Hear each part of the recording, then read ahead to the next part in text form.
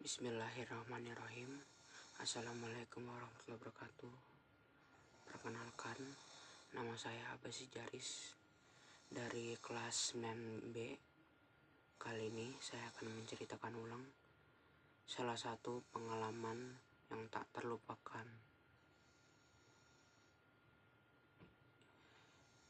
Rest area pabrik gula. Mungkin inilah pengalaman saya yang paling dekat dengan hal-hal yang berbau paranormal.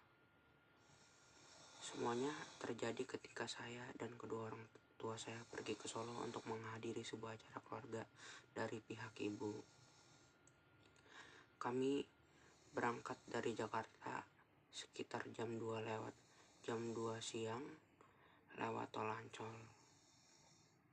Perjalanan menuju Solo cukup panjang, hampir 10 jam, dan kami baru tiba sekitar jam 11 malam. Meski melelahkan, perjalanan itu cukup menyenangkan karena dilakukan bersama keluarga saya. Saat tiba di Solo, saya langsung merasa bahwa kota ini tidak seperti yang saya bayangkan sebelumnya. Yang awalnya saya kira hanyalah kota Jawa Tengah biasa, ternyata Solo justru memiliki suasana yang hangat, rapi, dan menurut saya termasuk salah satu kota yang paling nyaman di Indonesia. Walaupun kami hanya menginap 1 malam, saya senang.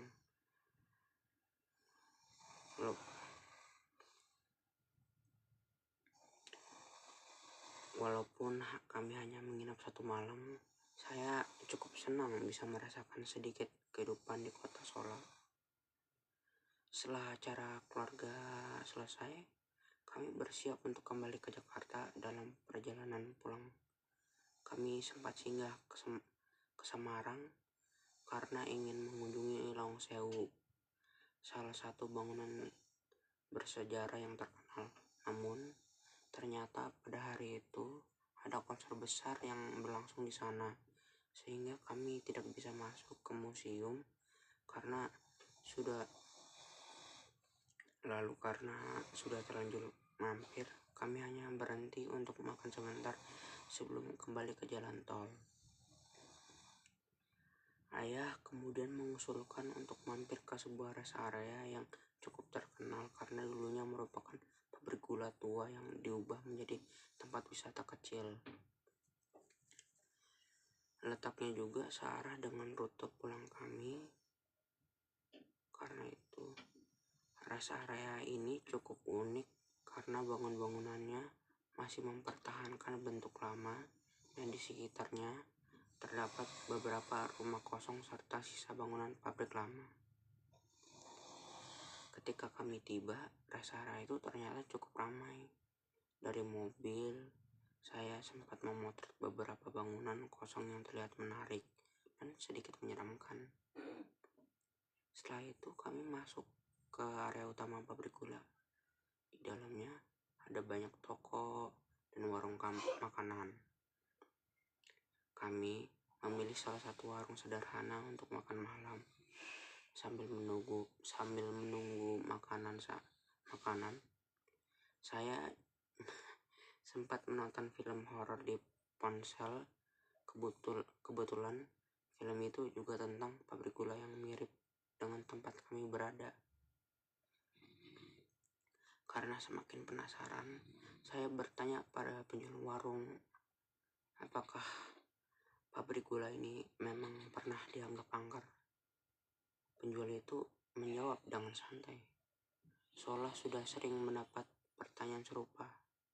Ia mengatakan bahwa sebelum dijadikan rest area, pabrik ini memang sudah lama terbengkalai. Di dekatnya juga masih ada pabrik lain yang dibiarkan kosong, bahkan ada perkampungan kosong yang dikenal cukup angker. Saya dan orang tua hanya menganggap cerita itu sebagai informasi tambahan saja dan tidak terlalu memikirkannya. Setelah selesai makan, kami berfoto-foto sebentar, lalu kembali melanjutkan perjalanan. Setelah keluar dari rest area, yaitu kejadian-kejadian aneh mulai muncul. Saat kami sedang berada di tengah jalan tol, tiba-tiba salah satu bagian mesin mobil rusak. Ayah pun terpaksa menepi di rest area berikut yang memiliki bengkel. Awalnya kami mengira itu hanyalah kerusakan biasa. Meski waktu perbaikannya cukup lama, setelah semua beres, kami kembali melanjutkan perjalanan. Saat mobil kembali laju, ayah tiba-tiba menceritakan bahwa sebelum kerusakan itu terjadi, ia sempat melihat sebuah bayangan gelap berdiri di tengah jalan. Ia tidak sempat menghindar karena bayangan itu muncul dengan sangat cepat. Anehnya, ketika kami berhenti, ada beberapa mobil lain yang juga mengalami kerusakan serupa. Semuanya di bagian bawah mobil, seolah ada sesuatu yang menghantam mesin bawah mobil dari bawah. Kayak cover mesin mobil dari mobil ayah saya itu sampai copot, ya rusak lah. Kami mulai merasa tidak nyaman, tapi perjalanan harus tetap dilanjutkan karena kami harus kembali ke Jakarta malam itu juga. Ayah akhirnya melepas penutup bagian bawah mesin mobil agar bisa tetap jalan. Di tengah perjalanan, saya mendengar suara aneh dari belakang mobil. Suaranya seperti ada yang melemparkan batu kerikil kecil-kecil ke arah bagian belakang mobil. Padahal kami sedang melaju di jalan tol tanpa ada apapun di sekitar. Suara itu muncul beberapa kali, membuat suasana semakin tidak enak. Tiba-tiba ayah berkata dengan nada serius. Ia menyuruh saya dan ibu untuk segera menghapus semua foto yang kami ambil dari rest area pabrik gula tadi. Menurutnya, bisa aja ada sesuatu yang tidak suka difoto dan mungkin mengikuti kami. Tanpa banyak bertanya, kami langsung menghapus semua foto itu. Anehnya, setelah foto-foto itu dihapus, tidak ada lagi suara aneh atau gangguan selama perjalanan. Sampai hari ini saya masih ingat jelas kejadian itu. Entah semua itu hanya kebetulan atau memang ada yang sesuatu mengikuti kami setelah dari pabrik gula itu.